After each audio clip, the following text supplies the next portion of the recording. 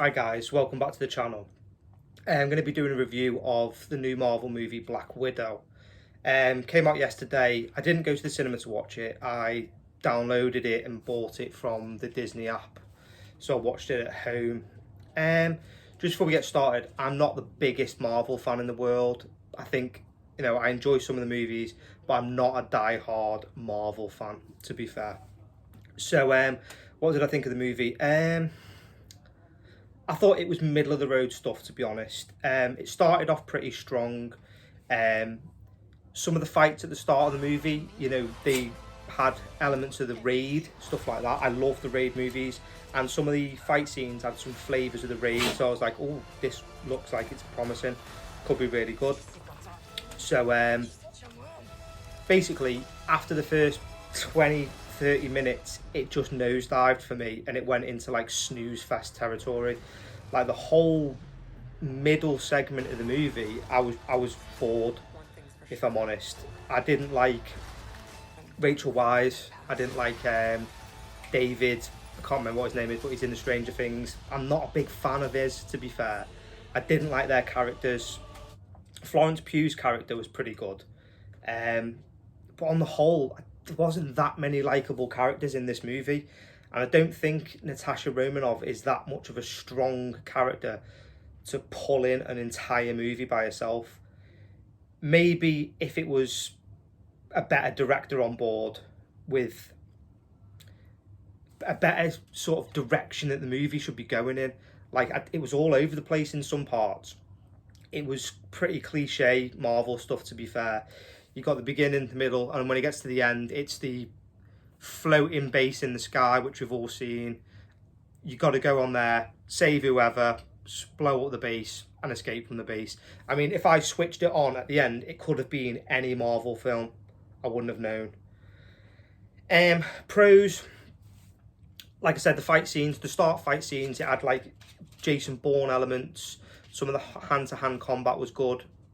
Sort of elements of the Raid movie, stuff like that in, and that really sort of picked me up. When you first saw Taskmaster, I was like, oh, this is going to be pretty good. Some of the fights between her and Romanov near the start, really good. But then it just sort of swan dived. It felt like when the sort of family got back together, if you like, and they started having like, they had sort of like a reunion meal, if you like, and they're just talking around the table. Some of the dialogue was absolutely cringeworthy. I was just like, this is terrible writing. Um, and it made me lose interest. It just lost steam. Like I think the film as well could have been 25, half an hour shorter. It was way too long. Um, it just dragged out. Like even in the third act when it was all going off at the end, I was sort of like clock watching, thinking like, this isn't going anywhere. And then it came to like the final fight, and it was an anticlimactic fight. It was over quite quickly. I was expecting a big prolonged fight scene. A lot of problems for me with these new movies is the fight scenes are cut so short. It really grinds my gears. Like stuff like the Korean movies, like the Raid, the Raid, Asian movies in general, their fight scenes are like massively prolonged. Like, I'm not saying that all the fight scenes should be on par with the Raid or like 10-minute long fight scenes, but at least give us like a good minute or two of solid fights. It wasn't really any of that. It was, the characters weren't that memorable. Like, Ray Winston is the main bad guy. He was okay. It was some really weird like editing choices and visual effects which I thought were odd as well. There's a bit where they fight at the end and it's in a room where like there's like lasers being shone everywhere, and it was sort of like blocking the action. You couldn't really see what was going on, which I thought was an odd choice.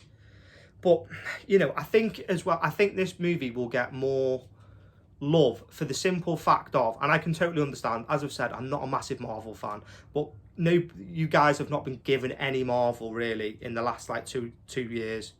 So I can sort of understand it will get more love for the simple fact is you can go out and actually enjoy a Marvel film at the cinema. Would I have spent £20 on it again? No, I definitely wouldn't have. Sorry, buddy, get down. My dog. No, I definitely wouldn't have. It would have been. It's quite forgettable. It was just a middle of the road movie for me. I'd probably give it maybe a 3 out of 5. But I know it's going to get a lot more love for the simple fact of that nobody's been out to watch anything recently.